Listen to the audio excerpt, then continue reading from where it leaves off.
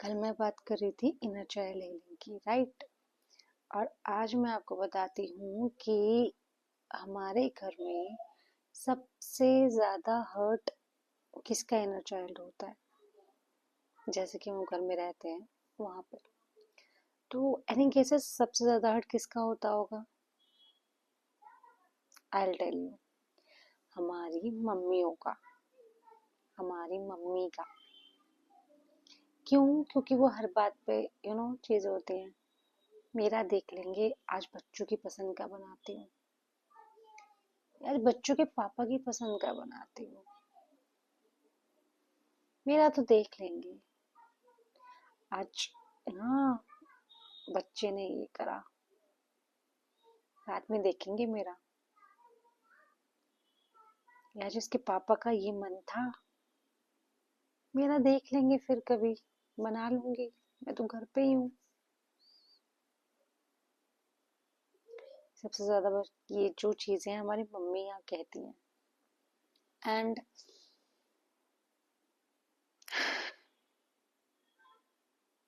Sorry,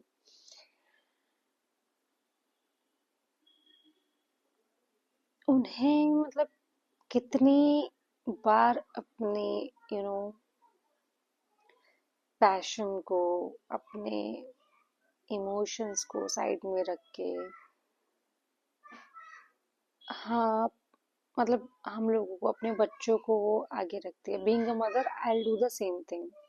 मैं आपको बता रही हूँ, इट्स नॉट अबाउट द कि हमारी मम्मियों ने कहा।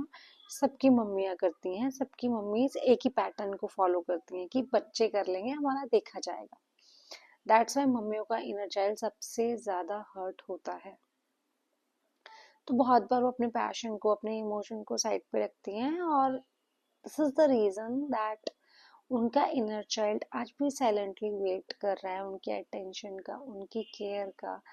उनको वो एक्नॉलेजमेंट एक्नॉलेजमेंट का कि आज ये इन सबको साइड में रख के मुझे एक्नॉलेज करे, मुझे अटेंशन देगी। बट वो कभी हो ही नहीं पाता पॉसिबल। फिर बारी आती है किसकी, बताओगे? पापा की। पापा का भी इनर चाइल्ड हार्ट होता है एज कंपेयर टू मदर।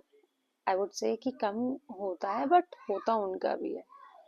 क्योंकि एक जो मदर है वो इमोशन वेट, उनका जो इमोशनल वेट है वो ज्यादा कैरी कर रही होती है एज कंपेयर टू फादर।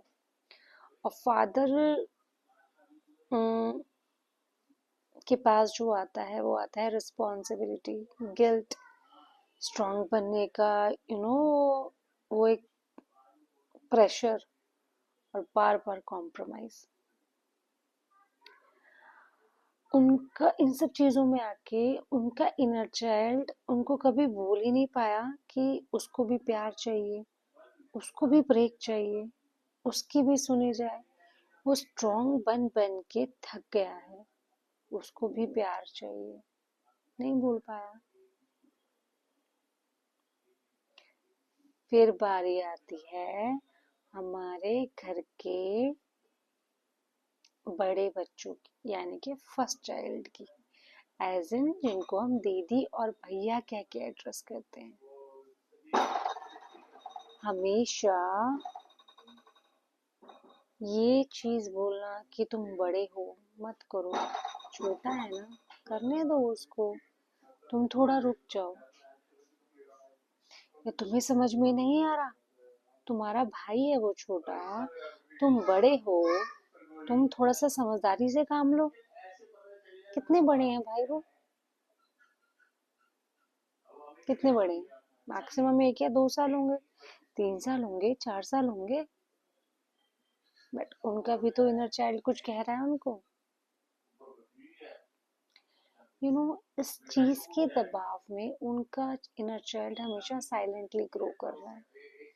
उनको इमोशंस को छुपाना आ गया, उनको चीजें करनी आ गई, उनको अकेले रहना, अकेले में रोना आ गया है उससे।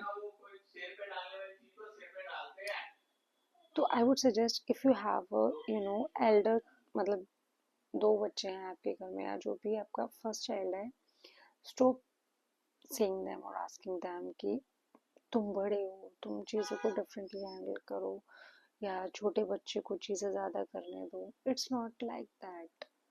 ठीक है, हम बच्चे को सिखाना है चीज़ें तो आप उसको डिफरेंट तरीके से सिखाओ, but stop asking them to behave in a particular way. This is my humble request. अगर आप अपने घर में ये सब चीज़ें पैटर्न को देख रहे हैं अपने रिलेशन में, मदर को, फादर को, या भाई को या दीदी को, then ask them to say sorry to their inner child, to acknowledge their inner child, to acknowledge the needs of their inner child.